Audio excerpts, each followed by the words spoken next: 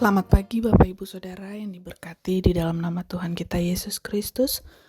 Pagi hari ini kembali kita akan merenungkan kebenaran firman Tuhan, dan biarlah renungan firman Tuhan pagi hari ini menjadi kekuatan yang baru buat kita pakai untuk melangkah di sepanjang hari ini. Judul renungan firman Tuhan, menang dengan cara Tuhan. Sebagai pendahuluan, siapakah di antara kita yang tidak mau menang? Nah, itu pertanyaannya ya.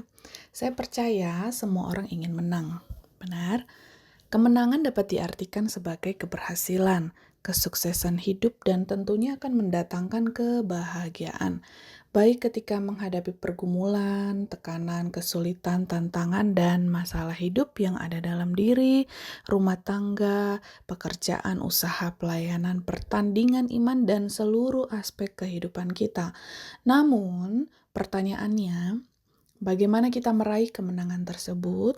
Cara apa yang kita gunakan untuk meraih kemenangan dan keberhasilan tersebut? Nah, kita akan melihat bagaimana menang dengan cara Tuhan berbeda dengan menang cara dunia.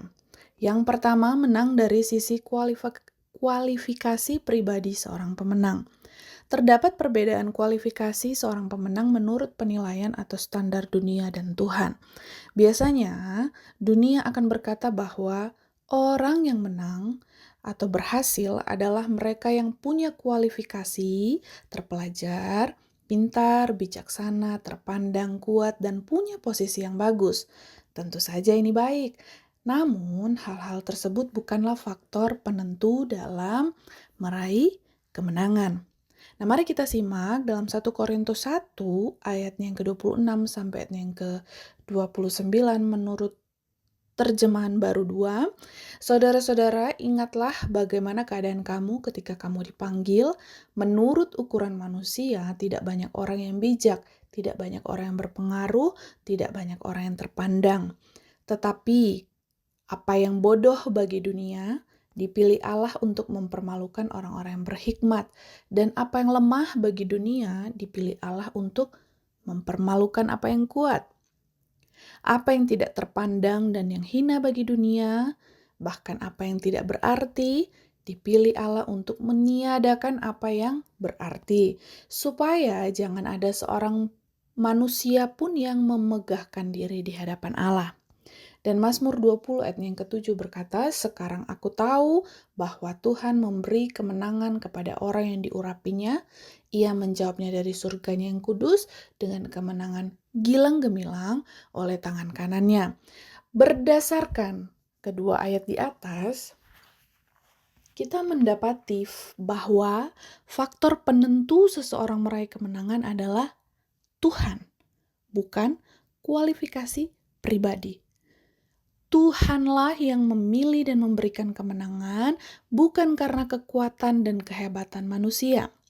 Bahkan, Dia dapat memilih dan memberikan kemenangan kepada orang-orang yang tidak dipandang atau diperhitungkan oleh dunia. Nah, oleh karena itu, setiap orang punya kesempatan untuk meraih kemenangan di dalam Tuhan. Nah, kita bisa melihat contoh-contoh di Alkitab seperti Yusuf, Daud, Gideon, dan lain-lain. Menurut pandangan dunia, mereka tidak memiliki kualifikasi untuk meraih kemenangan dalam hidup. Namun berbeda dengan pandangan Tuhan. Justru Tuhan memilih dan menjadikan mereka sebagai pemenang. Nah, maka dari itu, kita tidak perlu minder, takut, ataupun khawatir dengan latar belakang dan kondisi kita. Mendekatlah dan terus berharap hanya kepada Tuhan sambil terus berusaha dan mengimprove diri atau mengupgrade diri sehingga kita menjadi pribadi yang berkualitas dan dapat dipercaya. Nah, sebaliknya, jangan sombong dan merasa hebat atas setiap pencapaian kita. Tuhanlah yang memilih dan meneguhkan kita, Dia juga yang memampukan dan menyertai kita. Yang kedua, menang juga berbicara soal metode atau cara untuk meraih kemenangan itu.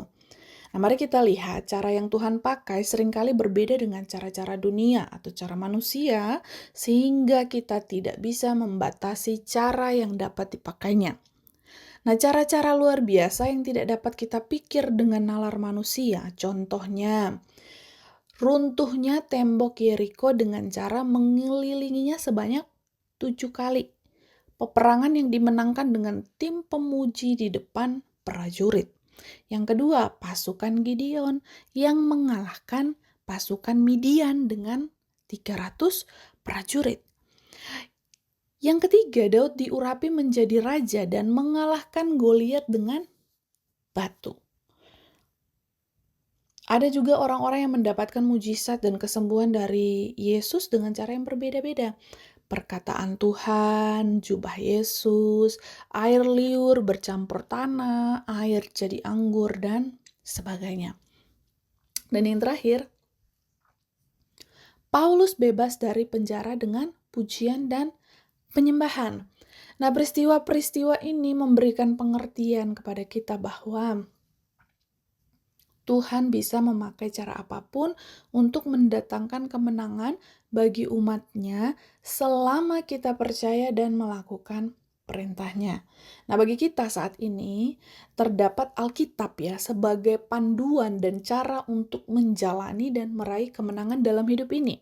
Sedangkan bagi dunia, cara-cara ini tidak populer dan mungkin ada yang berkata tidak relevan. Ya, tapi kita percaya bahwa Tuhan memberikan kemenangan kepada umatnya dengan caranya yang ajaib. Yang ketiga, kemenangan juga mengenai masalah waktu. Nah, terdapat perbedaan antara waktu meraih kemenangan dengan cara Tuhan dan dunia.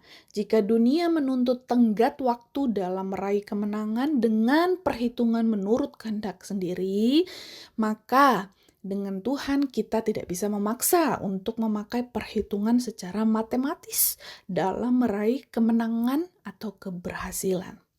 Nah, kita bisa lihat ya contoh-contoh di Alkitab seperti Abraham, Musa, Israel, Yusuf, Daud, Ayub, dan lain-lain yang menantikan kemenangan dengan tekun dalam waktunya Tuhan. Ada yang menantikan setahun, namun juga ada yang 40 tahun. Nah, secara dunia ya, hal ini tentu merupakan waktu yang panjang dan tidak populer. Namun, menurut Pengkhotbah 3 ayat 11 mengatakan bahwa Tuhan membuat segala sesuatu indah pada waktunya. Jadi kita sudah bisa melihat ya bahwa waktu Tuhan itu benar-benar sangat berbeda dengan waktu dunia. Mungkin terasa begitu lambat, tapi waktu Tuhan tuh tidak pernah terlambat. Maka dari itu, tetaplah percaya dan usahakan yang terbaik yang kita bisa. Kemenangan akan menjadi bagian milik kita. Nah, Alkitab memberikan langkah praktis yang dapat kita lakukan untuk meraih kemenangan pagi hari ini. Yang pertama, beriman dan mengandalkan Tuhan dalam Amsal 3 ayat yang kelima, 1 Yohanes 5 ayat yang keempat, kemudian ada Yeremia 17 ayat yang kelima. Dan yang kedua adalah ikuti dan terapkan prinsip kebenaran firman Tuhan dalam kehidupan sehari-hari. Dalam Yosua 1 ayat yang kelima sampai ayat yang ke-8. Dan yang terakhir adalah tekun dan sabar. Ibrani 12 ayat 2 sampai ayat yang ke-7. Nah, kesimpulannya, pagi hari ini kita perlu hati-hati dengan cara kita dalam meraih kemenangan. Tuhan memberikan kemenangan kepada orang-orang yang dikasihinya. Namun kita perlu mengikuti dan menerapkan prinsip kebenaran firman Tuhan dalam kehidupan kita dan tetap sabar dalam menantikan waktunya. Selain itu, kita tidak boleh bermegah atas kemenangan atau keberhasilan kita karena itu adalah pemberian Tuhan. Mari kita meraih kemenangan bersama Tuhan dengan caranya sambil tetap memuliakan Tuhan dalam hidup kita. Tuhan Yesus memberkati. Demikian renungan firman Tuhan pagi hari ini. Mari sama-sama kita berdoa. Bapa di surga, kami mengucap syukur pagi hari ini kami masih bisa mendengarkan kebenaran firman-Mu yang mengingatkan kami kembali bahwa tanpa Engkau kami tidak bisa apa-apa. Untuk itu, untuk kami bisa meraih kemenangan kami di sepanjang hari ini, sertai kami, karena kami percaya kami sudah diberkati, kami siap menjadi berkat Tuhan dimanapun kami pergi dan berada. Berkati kami, seluruh sidang jemaat-Mu pagi hari ini, semua hamba-hamba-Mu. Tuhan Yesus memberkati dalam setiap pekerjaan kami, pelayanan kami, keluarga kami, Tuhan Yesus memberkati. Kota Malang ini, negara kami Indonesia ini, Tuhan Yesus berkati dan selamatkan. Kami mengucap syukur untuk berkat Tuhan di pagi hari ini, dan kami melangkah dengan penuh iman bersama-sama dengan Tuhan. Kami mengalami kemenangan.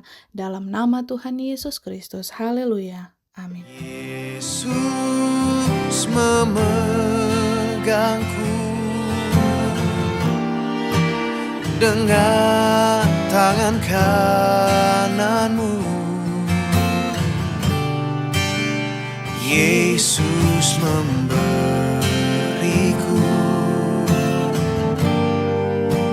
kemenangan.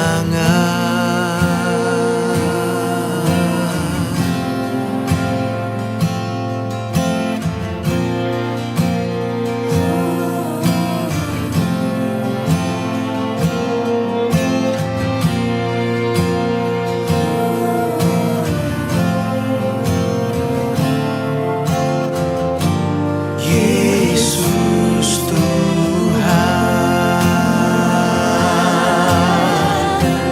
Yesus memegangku dengan tangan kananmu. Yesus